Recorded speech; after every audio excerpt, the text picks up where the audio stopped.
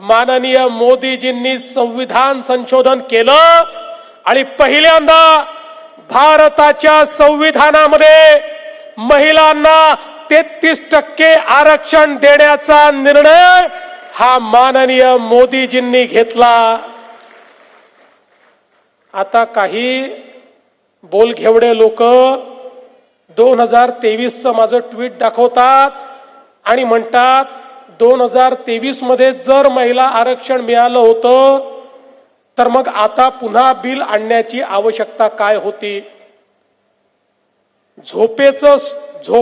झोपलेल्याला जागं करता येतं, पण झोपेचं सोंग घेऊन जे बसले आहेत त्यांना जागं करता येत नाही।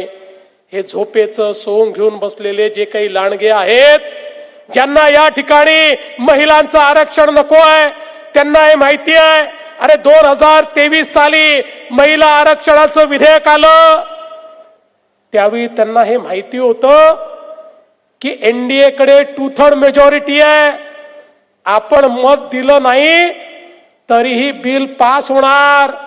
मुकाट्याने सर्वांनी त्याला समर्थन दिलं आणि ते बिल पास झालं आणि संविधान संशोधन होऊन महिलांना आरक्षण देण्याचा मार्ग मोकळा